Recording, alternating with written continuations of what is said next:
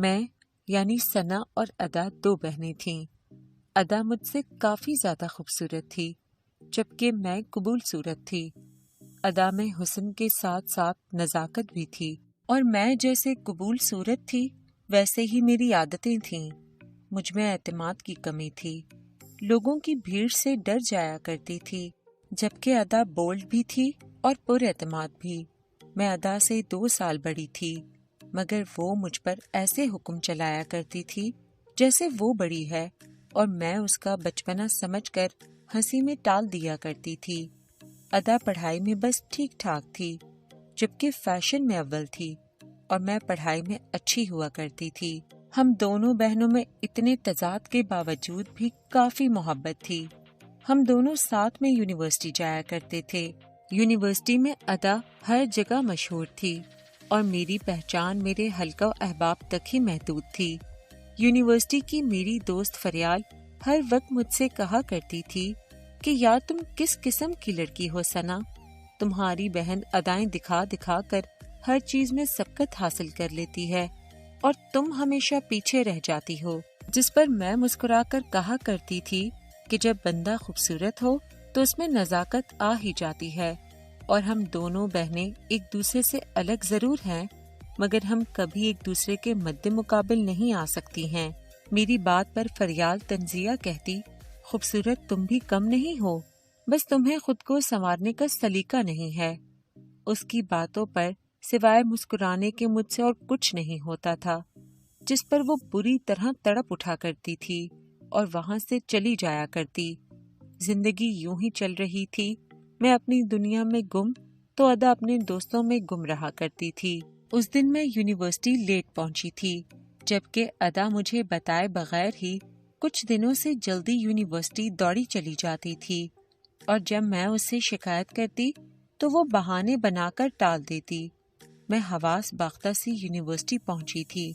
مجھے لیکچر مس کرنے کی عادت نہیں تھی، اس لیے تھوڑی گھبرائی ہوئی سی تھی۔ کیونکہ امتحان سر پر تھے، اس لیے میری پوری کوشش ہوتی تھی کہ میں ہر لیکچر اٹینڈ کروں۔ میں بھی یونیورسٹی کے کوریڈور میں ہی تھی کہ کوئی مجھ سے بری طرح ٹکرایا تھا۔ میرے ہاتھوں سے کتابیں چھوٹ کر زمین پر گر پڑی تھیں، اور میں نے ٹکرانے والے کو سخت ناگواری سے دیکھا، جس کی خوبصورت آنکھیں میرے ہی چہرے پر گڑی ہوئی تھیں۔ میں پہلے ہی کوفت میں مبتلا تھی، اس لیے اسے کچھ بھی کہے بغیر وہاں سے نکلنے لگی تھی کہ وہ خوبصورت آنکھوں والا شخص مجھ سے بولا، مس رکیں۔ عقب سے ابھرتی ہوئی اس کی آواز میرے قدموں کو جکڑ گئی تھی۔ میں نہ آگے بڑھی تھی، نہ ہی پیچھے اسے دیکھ سکتی تھی۔ تبھی وہ چلتا ہوا مجھ تک آیا اور اپنے ہاتھ میں تھامی ہوئی کتاب میری طرف بڑھاتے ہوئے بولا، آپ یہ بھول گئی تھیں۔ میں نے اس کے ہاتھ میں تھامی کتاب کو گھورا اور اس کے ہاتھ سے کھینچتے ہوئے لے کر آگے بڑھنے لگی تھی کہ وہ پھر بولا، کیا آپ کے یہاں کسی کو شکریہ کہنے کا رواج نہیں ہے؟ میں نے اپنا وقت برباد کرنے پر اس شخص کو ایسی خونخوار نظروں سے گھورا کہ اس کے لبوں پر دل فریب مسکراہٹ ابھر گئی۔ وہ اپنے راستے ہو گیا اور میں سر اقبال کا لیکچر اٹینڈ کرنے چلی گئی۔ شام ہوتے ہی سارے اسٹوڈنٹ اپنے اپنے گھروں کی طرف روانہ ہونے لگے تھے۔ تبھی وہی شخص پھر مجھے نظر آیا تھا۔ وہ یونیورسٹی کے گراؤنڈ میں کھڑا، آنکھوں پر سیاہ چشمہ لگائے ہوئے نہ جانے کسے کھوج رہا تھا۔ میں اسے نظر انداز کر کے چلنے لگی تھی کہ وہ میرے ساتھ ساتھ چلنے لگا۔ اس کے ساتھ چلنے پر مجھے بے تحاشا حیرت ہوئی تھی، مگر میں نے کچھ کہا نہیں، یہ سمجھ کر کہ سڑک میرے ابا کی تھوڑی ہے جو میں اسے روکوں۔ مگر میں غلط تھی، وہ صرف مجھ سے بات کرنے کی خاطر میرے ساتھ چل رہا تھا۔ سنیں، کیا میں آپ کا نام جان سکتا ہوں؟ اس کے یوں پوچھنے پر مجھے شدید حیرت کا جھٹکا لگا۔ میں اسے منہ توڑ جواب دینا چاہ ہی رہی تھی کہ فریال نے مجھے آواز دے دی، ثنا چلو میں تمہیں ڈراپ کر دیتی ہوں۔ فریال کے نام لے کر پکارنے پر اس نے ثنا یعنی مجھے دیکھا۔ اس کے لبوں پر وہی دل فریب سی مسکراہٹ تھی۔ میں اس پر لعنت بھیج کر گھر چلی گئی تھی۔ مجھے ایسے چھچھورے لڑکے بالکل پسند نہیں آتے تھے جو سرے راہ کسی پر بھی دل وار دیتے ہیں۔ میں تو اس دن کا واقعہ بھول بھال گئی تھی، مگر مجھے نہیں پتا تھا کہ اس دن کے بعد سے دھیرے دھیرے میری زندگی میں تبدیلیاں آنے لگی تھیں۔ وہ شخص ہر روز میرا پیچھا کیا کرتا تھا۔ جیسے ہی میں یونیورسٹی پہنچتی تو وہ پتہ نہیں کہاں سے نکل کر میرے ارد گرد ہی منڈلاتا رہتا۔ شروع میں اس کی ایسی اوچھی حرکتیں مجھے ایک آنکھ نہیں بھاتی تھیں، مگر نہ جانے کیسے کایا پلٹ ہوئی کہ وہ دبے پاؤں میرے دل میں آ سمایا۔ وہ جو کبھی مجھے نظر نہیں آتا تو میں اس کے لیے پریشان ہو جایا کرتی تھی، اور جب وہ نظر آتا تو میری آنکھوں میں ٹھنڈک سی اتر جاتی۔ اس کے آنے سے ایسا محسوس ہو رہا تھا کہ زندگی میں بہار سی آ گئی، محبت نے مجھے منتخب کر لیا ہے۔ میں اسی راہ پر آنکھیں بند کیے چل پڑی تھی جس کی منزل کا کوئی نشان نہیں تھا۔ میں یونیورسٹی سے آ کر اپنے روم میں آرام فرما رہی تھی، تبھی ادا میرے سر پر آن پہنچی تھی اور مجھ سے پوچھنے لگی، ثنا آپی، کیا آپ مصطفیٰ کو جانتی ہیں؟ میں جو بری طرح تھکی ہوئی تھی، اس وقت مجھے ادا کی آمد بالکل بھی اچھی نہیں لگی تھی۔ میں نے اپنی آنکھیں بند کیے ہی ادا سے پوچھا، کون مصطفیٰ؟ جس سے یہ دل محبت کر بیٹھا تھا، مجھے اس کا نام تک نہیں پتا تھا۔ کتنی تعجب کی بات تھی، آپ مصطفیٰ کو نہیں جانتی؟ یونیورسٹی کا سب سے ہینڈسم اور قابل لڑکا۔ اس کی تعریف کرنے پر میں نے بھی اکتاہٹ کے ساتھ کہا، ہاں تو اس میں کیا کر سکتی ہوں؟ میری باتیں ادا کو غصہ دلا گئی تھیں، شاید اس لیے اس نے جھٹکے سے میرا بازو پکڑ کر مجھے اپنی جگہ سے اٹھایا، جس پر میں ہوش میں آ گئی، اور بڑے ہی بدتمیزی سے کہا، وہی مصطفیٰ جس سے آپ یونیورسٹی میں ٹکرائی تھیں۔ آپ اس شخص سے دور رہیں، کیونکہ وہ بالکل اس قابل نہیں ہے کہ اس سے بات بھی کی جائے۔ ادا نے مجھے اس کے خلاف کرنے کی کوشش کی، مگر وہ میرے دل کے حال سے ناواقف تھی۔ میرا دل تو ہر قیمت پر اس شخص کو محبت کرنا چاہتا تھا جس کا نام بھی مجھے کچھ دیر پہلے پتا چلا تھا۔ ادا مجھے وارن کر کے چلی گئی اور میں اسے انسنی کر گئی۔ وہ اب بھی ہر روز مجھے تکتا رہتا۔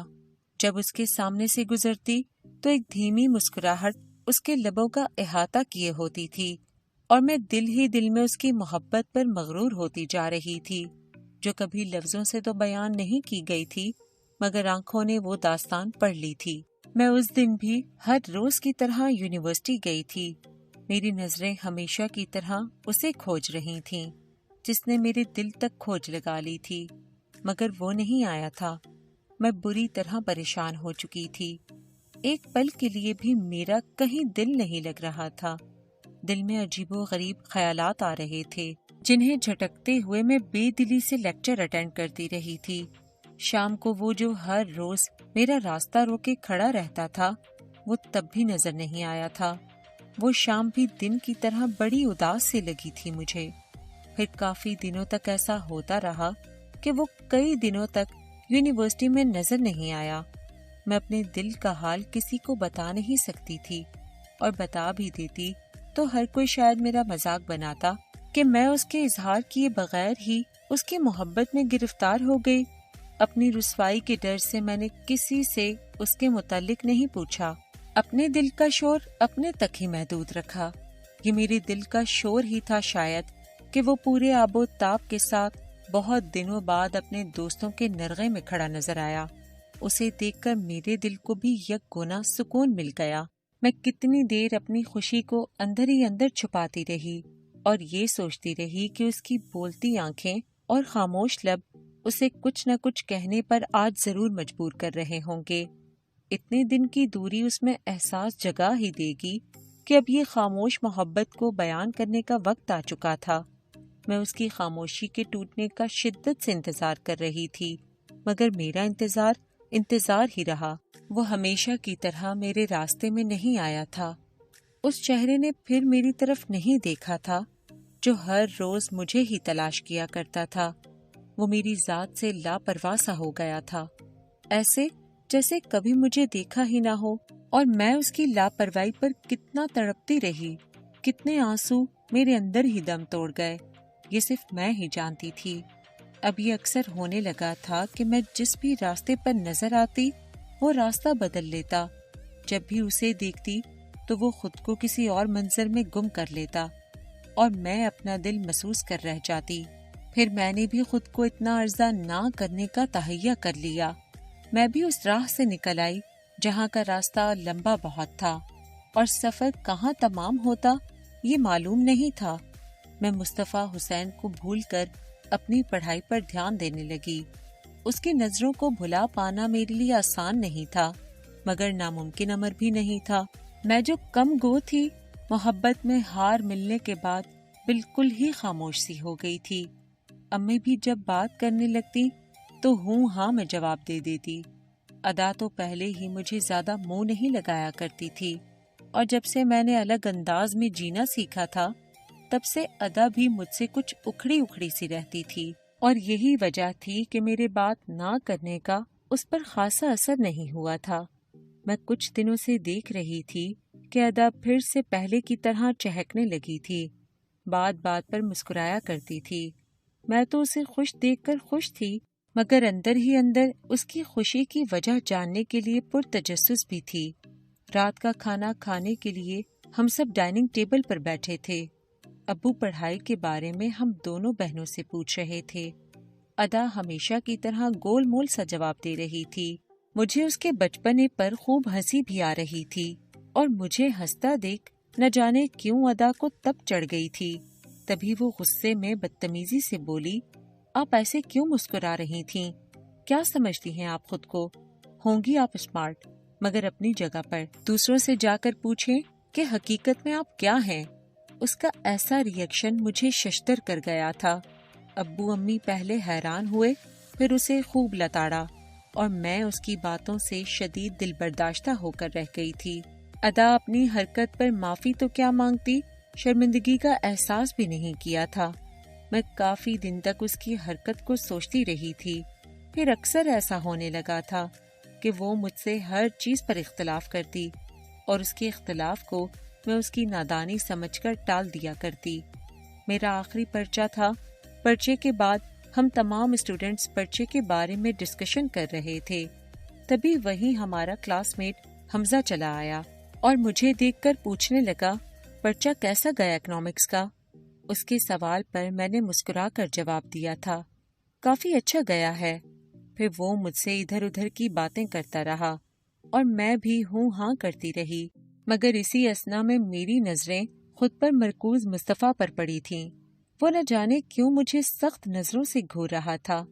میں اس کی نظروں سے خائف ہو گئی، پھر یہ سوچ کر خود کو مطمئن کر گئی کہ مجھے اس کی نظروں سے کیا لینا دینا۔ اسے شاید میرا یوں نظر انداز کرنا پسند نہیں آیا تھا۔ تبھی وہ اپنے دوستوں کے نرغے سے نکل کر میرے سامنے چلا آیا اور سرد لہجے میں بولا، گھر چلی جائیں، سارے اسٹوڈنٹس چلے گئے ہیں۔ اس کے یوں فکر کرنے کے انداز پر میں جی بھر کر حیران ہوئی تھی۔ جب ہمارے درمیان کوئی ایسا رشتہ ہی نہیں تھا تو وہ کیوں میری فکر میں خود کو ہلکان کر رہا ہے؟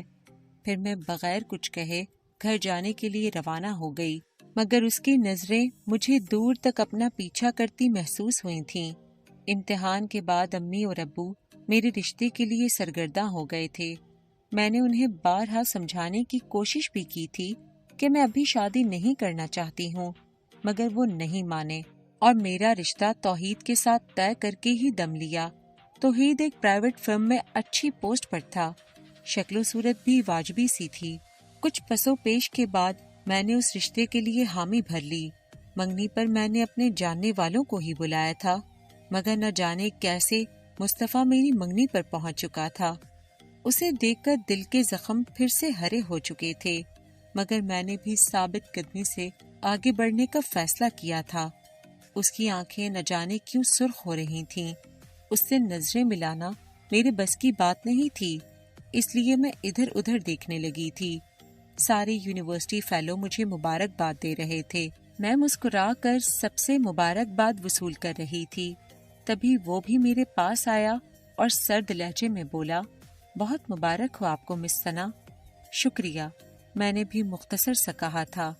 وہ بغیر کھانا کھائے ہی وہاں سے چلا گیا، اور میں اس کے قدموں کے نشان کو گھورتی ہی رہ گئی تھی۔ نہ جانے کیوں مجھے اس کا یوں چلے جانا بہت تڑپا گیا تھا۔ منگنی کے بعد میں پھر یونیورسٹی گئی۔ امتحان ختم ہونے کے باعث زیادہ اسٹوڈنٹس نظر نہیں آ رہے تھے۔ لیکچر بھی زیادہ نہیں ہو رہے تھے، اس لیے میں کچھ دیر لائبریری بیٹھی پڑھتی رہی، پھر گھر جانے کا ارادہ کیا، مگر اس شام میرے اوپر قیامت ٹوٹی تھی۔ میں ابھی لائبریری کے کوریڈور تک ہی پہنچی تھی کہ مجھے ادا نظر آئی۔ وہ مصطفیٰ کے سامنے کھڑی تھی اور کہہ رہی تھی، میں نے کہا تھا نا مصطفیٰ کہ وہ ڈال ڈال پر منڈلانے والی لڑکی ہے۔ اس نے ایسے ہی حمزہ کے ساتھ دوستی کی تھی اور اس سے شادی کرنے کا وعدہ کر کے منگنی امی ابو کی پسند سے کروا لی تاکہ امی ابو کی نظروں میں اس کے گریڈ بنے رہیں۔ ادا یقیناً میرے ہی بارے میں بات کر رہی تھی اور اس کی باتیں سن کر مصطفیٰ بڑے ہی شکستہ لہجے میں گویا ہوا تھا، مجھے نہیں پتا تھا کہ سادگی کا لبادہ اوڑھے تمہاری بہن اس قدر چالاک ہے۔ وہ تو اچھا ہوا جو میں نے اپنی یک طرفہ محبت کو اپنی حد تک ہی رکھا، ورنہ میرے جذبات اس تک پہنچ کر بے مول ہو جاتے اور وہ اپنی محبت میں مجھے تڑپتا دیکھ کر کتنی خوش ہوتی نا۔ مجھے مصطفیٰ کی محبت کی دکھ سے زیادہ ادا کے دھوکے نے توڑ دیا تھا۔ میں کبھی اس بات کا یقین نہیں کرتی کہ میری بہن نے مجھے دھوکہ دیا ہے، مگر جو کچھ میری آنکھوں نے دیکھا تھا اور کانوں نے سنا تھا وہ بھی تو جھوٹ نہیں تھا۔ مگر ایک پہیلی ابھی بھی بوجھنا باقی تھی کہ ادا نے ایسا کیوں کیا تھا۔ وہ تو میری بہن تھی جو مجھ سے بہت محبت کیا کرتی تھی۔ وہ پہیلی بھی اسی وقت سلجھ گئی تھی۔ مصطفیٰ کے جانے کے بعد ادا کی بہت گہری دوست اشنا بھی وہیں چلی آئی تھی اور ادا سے پوچھنے لگی تھی، ادا تم نے یہ سب کیوں کیا؟ تم تو جانتی تھی نا کہ تمہاری ثنا آپی ایسی نہیں ہے، پھر کیوں تم نے انہیں مصطفیٰ کی نظروں میں گرا دیا جو ان سے بے تحاشا محبت کرنے لگا تھا؟ اشنا کی بات پر ادا مسکرائی، اس کے چہرے پر زہر خون مسکراہٹ تھی۔ اس نے ایک ادا سے اپنے سامنے آئے بال کو پیچھے کی طرف پھینکا اور کہا، تم جانتی ہو نا میں نے جس بھی لڑکے کو اپنے لیے پسند کیا ہے وہ میرے ایک اشارے پر میرے قدموں میں ڈھیر ہوتا گیا، اور میں ان کی ان بے تابیوں کا، بے چینیوں کا کتنا مذاق بناتی تھی، مگر ایک دن اچانک ہی میری نظروں کا انتخاب مصطفیٰ حسین ٹھہر گیا۔ اس کا تنا ہوا سر اور سرد لہجہ میرے دل کو بری طرح بھا گیا تھا۔ میں نے اسے حاصل کرنے کے 1000 جتن کیے، مگر اس کا نظر انتخاب کون ٹھہری؟ ثنا آپی، جس کی نہ شکل ہے نہ صورت۔ وہ ہر روز ان کا انتظار کرنے لگا، بہانے بہانے سے ان کے ارد گرد منڈلاتا رہتا، اور میں نے جو اسے اپنی طرف راغب کرنے کی ہر ممکن کوشش کی وہ ناکام ٹھہری۔ پھر ایک دن مجھے یہ بھی پتہ چل گیا کہ وہ آپی کے لیے بے حد سنجیدہ ہے اور ان سے شادی کرنا چاہتا ہے، مگر میں اپنی محبت کو ثنا آپی کا ہوتا نہیں دیکھ سکتی تھی، اس لیے میں نے بھی ایک چال چلی، انہیں مصطفیٰ حسین کی نگاہوں میں اس بری طرح گرایا کہ وہ اپنی محبت کو اندر ہی دفن کر گیا، اور آپی کی منگنی نے میری باتوں پر مہر بھی تو لگا دی۔ ہاں، مگر تمہیں یہ سب کر کے کیا ملا؟ تمہاری اس حرکت سے وہ تمہیں پسند تو نہیں کرنے لگا نا؟ اشنا کو شاید بہت دکھ ہوا تھا۔ ہاں جانتی ہوں وہ مجھے نہیں مل سکتا، مگر آپی کو بھی نہیں ملے گا، اس بات کی زیادہ خوشی ہے مجھے۔ ادا کی باتیں کتنی ہی دیر تک میرے کانوں میں گونجتی رہیں، اور میں یہ سوچ سوچ کر تڑپتی رہی کہ کیا بہنیں ایسی بھی ہو